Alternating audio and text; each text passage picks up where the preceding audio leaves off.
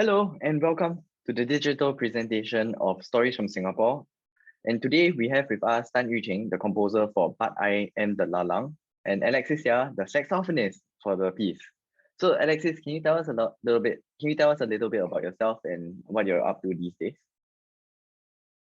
Hi everyone, my name is Alexis. I am currently pursuing my Doctor of Musical Arts at the University of Oklahoma.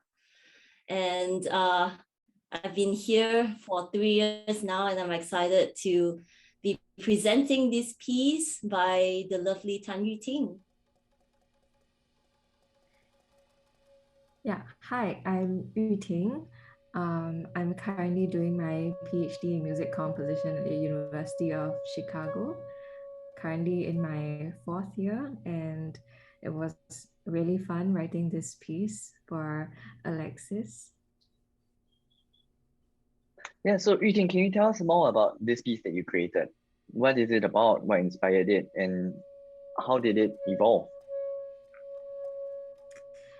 Yeah, so when Samuel approached me about this project, he had a really clear theme for the whole project, which was stories from Singapore. And I was having quite a hard time actually looking for a story that I would like to write about, or something from Singapore. So I actually went to a few exhibitions in Singapore, and I came across one, and this one was at the National Library, and it was about how the natural habitat in Singapore has evolved over the years, from the early days, like more than 200 years ago, and then until today. And at the exhibition, I came across this poem, Lallang, by Lim Thean Soo. And I was really struck by this poem. Actually, I only came across like the second paragraph of the poem, the second stanza of the poem. And to me, it was, the Lallang is a native plant to our region, in Malaysia and Singapore. And also in the poem, he talks about Chinese fleets, Malay drums, European cannons, samurai swords, and I felt that that was like a reflection of a specific time of Singapore's history. And but at the same time, the Lallang still exists today, and there's almost a timeless quality to the poem as well. And I decided to structure my piece around the poem. Wow, so how was it like working with the saxophonist? What was your whole process of creation? Yeah, so I wrote the piece and sent it to Alexis, and she played through bits of the piece for me. And there were some sections that required a little more communication. For example, like there are a lot of parts of the piece where I wanted airy sounds, and also in particular there was like an air flutter sound that I had a really clear idea of what I wanted it to be. And we had to go back and forth a little bit with that to really craft the sound that would work for Alexis and also would work for the piece. Yeah. Nice. And Alexis, anything to chime in? Yeah, I had a lot of fun working with Yuting on just getting all this nice sound effect to really capture in an audio recording, because the tricky part about audio recording is that all these little nuances are so soft and subtle that sometimes it's very hard to pick up on the mic with the different gain levels that I've set.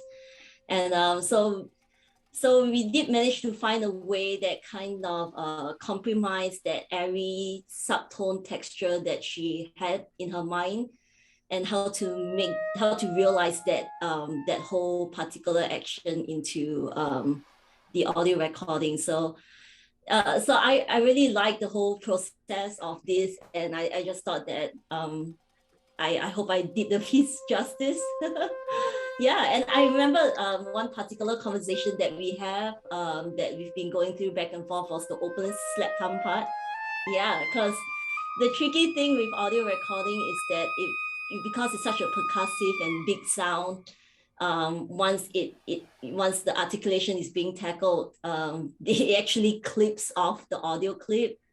So it was fun having to kind of like switch around the gain levels in between pieces just to make this sound effect work well. But I really like the piece, and I really like how the different 3 stanzas of the poem reflects the 3 distinct parts of the piece. The piece starts off with this really nice airy subtone, kind of like melody, like folk tune.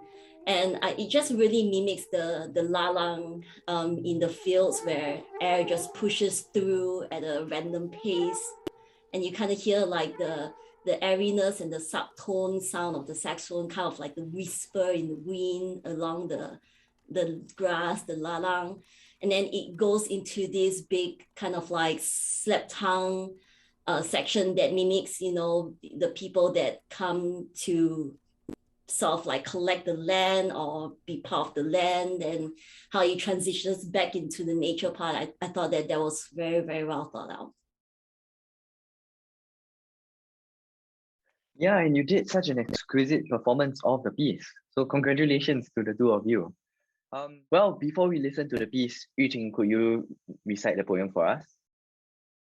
This is Lallang by Lim Thean Soo. Lallang.